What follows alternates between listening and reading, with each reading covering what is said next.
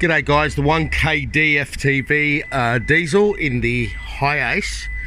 This is probably a video that doesn't require being made, but to do the drive belt, just take the 210s off the power steering.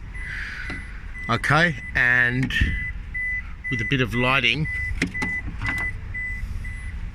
So once you swing the power steering out of the way, you've got a lot of space here to deal with this tensioner. I've now just installed the belt. You can see there, the swing on it is huge. Okay, and you can see the routing.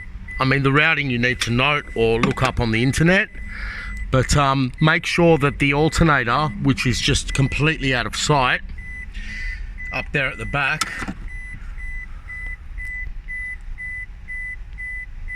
make sure that the alternator belt is in place and that it's also in place on the top of the air conditioning compressor, and also down here on the crank, which is all basic stuff, but in this case it's very, very easy to just misroute the belt. The belt is a 7PK 14755. Also spin this top idler to see if you've got higher than, towards 200,000 miles Ks, you'd want to be changing the idler and the tensioner bearings. Hope that helps. Bye.